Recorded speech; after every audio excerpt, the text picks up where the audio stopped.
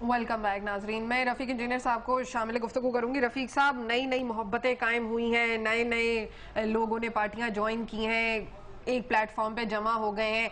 तहरीक इंसाफ का जलसा इतना कामयाब हुआ, उससे पहले नून लीग ने भी जलसा किया था। क्या तासुरात हैं पीपल्स पार्टी वालों के? Thank you Sophia.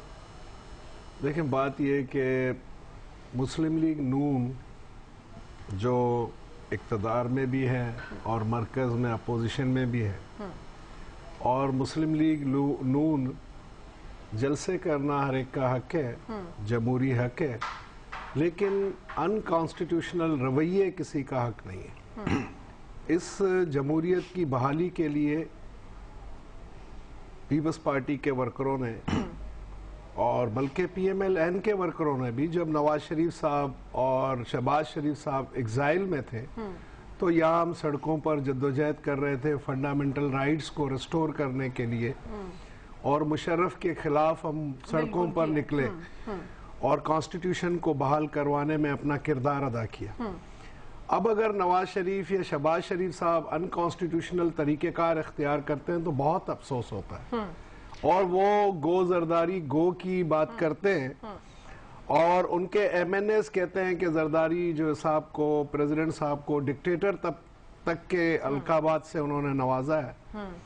देखिए, आसिफ अली जरदारी साहब एक मुंतखब प्रेसिडेंट है, और हम लोगों का जो हम MPAs ने जो इलेक्टोरल कॉलेज है, शहबाज शरीफ साहब हमारा प्रिविलेज भी ब्रीच कर रहे हैं क्योंकि हमने वोट दिया है, और आसिफ अली जरदारी एक इलेक्टेड प्रेसिडेंट है, और एक ऐसे प्रेसिडेंट के खिलाफ मूवमेंट चला रहे हैं जो वहां ऐवान सदर में बैठा है, वो लोगों वो उनके मुंतखब लोगों के वोटों से वो उसमें आए, और फिर ऐसे प्रेसिडेंट को जिसने जो है, जिन लोगों ने, जिन डिक्टेटरों ने आइन की शिक्लो सूरत बिगाड़ी, उसकी हैयत बिगाड़ी मुशर्रफ ने, और ये वो प्रेसिडेंट है जो अपने तमाम इख्तियारात जो है वो पार्लियामेंट को जो है वो दे रहे हैं, और पार्लियामेंट को अपने तमाम इख्तियारात देकर, और वो जो है जमहूरियत की उस शारा पर मुल्क को गामजन किया, और कॉन्स्टिट्यूशनल वो सारी आपकी बातें तरामीम की। कल रैली फिर पीपल्स पार्टी ने खुद क्यों नहीं निकाली, मुत्तहिदा ने क्यों? देखिए, मुत्तहिदा कौमी मूवमेंट अल्ताफ हुसैन साहब ने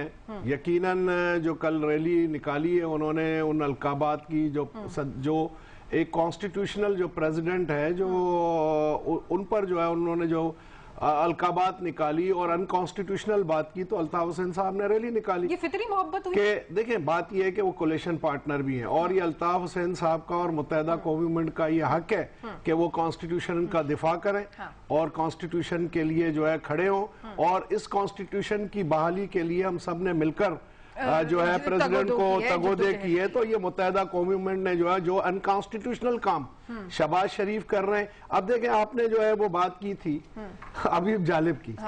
अब वो हबीब जालिब का एक मैं मिसरा सिर्फ एक मिसरा, एक मिसरा, वो मिसरा ये है कि मैं भी खाइफ नहीं तख्तेदार से, यानी तख्तेदार पर तो जुल्फकार अली भुट्टो गया, मैं भी मंसूर हूं कैदो अगियार से।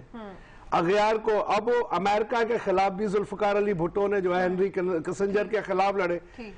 क्यों डराते हो जिंदा की दीवार से? अब आप तो जिंदा से पार्डन होकर भागे, तो आप तो डर के मारे, जब मार्शल्ला था हम यहाँ पर पिट रहे थे, हम यहाँ लड़ रहे थे, हम फंडामेंटल राइट्स के लिए, आप तो जिंदा से जो है वो पार्डन होकर गए, तो ये क्यों हबीब जालिब के साथ मजाक करते हो? जिंदा जो है आपका, आप लोग अनकॉन्स्टिट्यूशनल बातें कर रहे हैं, अनकॉन्स्टिट्यूशनल एक्ट कर रहे हैं, और हबीब जालिब का आपको शेर भी नहीं पढ़ना चाहिए आपकी पार्टी को। अब लेकिन हबीब जालिब कह रहे क्यों डराते हो जिंदा की दीवार से? हबीब जालिब ने जेलों के लिए कहा, आप तो यहाँ पार्डन लिखकर एग्जाइल में चले गए, तो ये शहर आपको नहीं पढ़ने चाहिए। जी शेख साहब।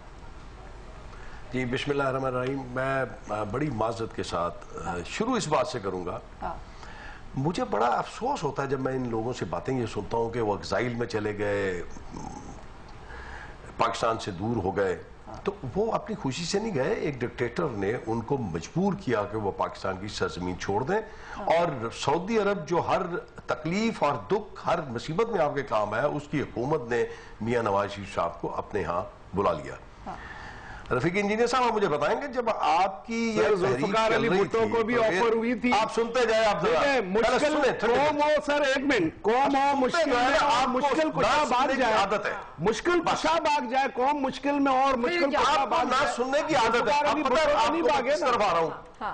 आप ये बता दें कि 11 साल मोहतरमा बेनजीर भुट्टो लाहौर में लड़काना थी, इस्लामाबाद थी या मरी थी, कहां थी?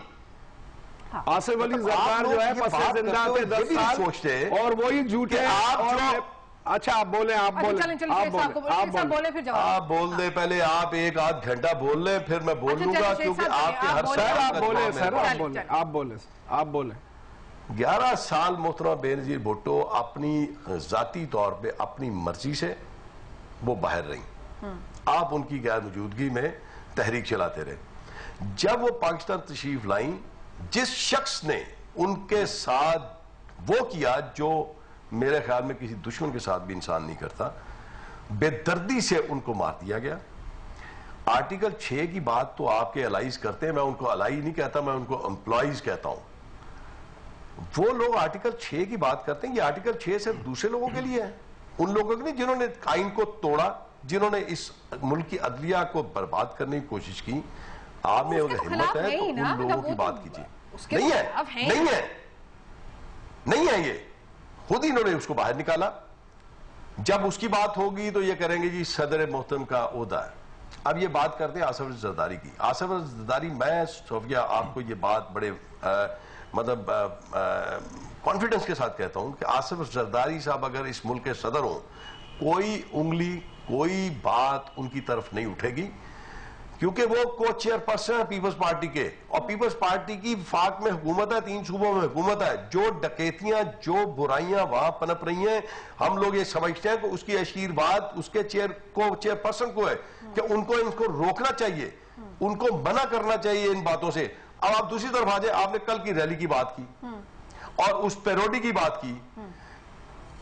बात यह है सोफिया, जिन लोगों को ये अक्ल और शऊर ही नहीं है कि अपनी जबानी में जुबान से जो चाहे कह दें, आप जरा उस पैरोडी को देख लीजिए, बातें हम कर रहे हैं, वो इंतहाई, यानी कि कुरान और सुन्नत के, मैं कुछ कहना चाहूंगा इसमें। जी जी जी, कुरान और सुन्नत इस बात की इजाजत देता है शादी की, और उसको आपने मजा और आपने उसको तमाशा बना के अपने राग आलापे, आपके कुरान पे इतबार कौन करेगा, पहले ये तो बताएं। क्योंकि आपने जब जुल्फिकार अली मिर्जा साहब ने कुरान उठा के आपके हकायक बयान किए, आपका चेहरा दिखाया, तो आपने कुरान सर पे रख के बड़े सीरियस एलिगेशन लगाए आपने पीपल्स पार्टी पे और एएनपी पे। हाँ। चंद दिनों के बाद जब आप फिर दोबारा उनकी मोहब्बत में गए तो आपने कहा कि मैं माफी मांगता हूं एएनपी से, मुझसे गलती हो गई। हाँ। ये किस किस्म का कुरान पे हल्फ है? मैं इसीलिए ये कह रहा हूं कि इन लोगों को ये बात समझनी चाहिए, बात करने से पहले कम से कम अपने तरफ भी गौर से देख ले कि आप मियां नवाज शरीफ साहब को तो ये कहते हैं, पाकिस्तान में नहीं, पार्टियों में तो हर एक की इख्तलाफात तो होते ही हैं, कौन सी ऐसी इतनी बड़ी जो एक बात सोफिया करना चाहते हैं, आप ये रवैयों की बात एक बहुत बड़ी जद्दोजहद के बाद, एक बड़ी जद्दोजहद के बाद परवेज मुशर्रफ को यहाँ से निकाला गया, अदलिया की भी तहरीक चली, वकीलों ने भी जद्दोजहद की, मुशर्रफ को यहाँ से भगा दिया गया। अब आप दोबारा एक मार्शल लॉ लाएंगे, फिर दोबारा आप भाग जाएंगे। ये मैं एग्री करूंगी, क्योंकि सियासतदानों के attitude, I would like to say something. आप तो आप देखें ना, बात यह है कि इस तरह के पार्लियामान में बजाय आप सदर का इम्पीचमेंट करें, आप सदर का इम्पीचमेंट करें कॉन्स्टिट्यूशनल तरीके से, आप वोट ऑफ नो कॉन्फिडेंस लेकर आए, आप जो है वहां जो है देखें पंजाब में स्टूडेंट जो है वो वहां तोड़फोड़ कर रहे हैं, जो वहां पर पंजाब की जो सूरत हाल है, अब पंजाब के अंदर डाकू कल्चर वहां पर है। बात ये रही, और ये बात याद रखें इंजीनियर साहब, जिस मुल्क में इकोनॉमिकल क्राइसिस होते हैं। डिस्कशन को आगे बढ़ाते हैं, नाज़रीन मेरे साथ रहिए।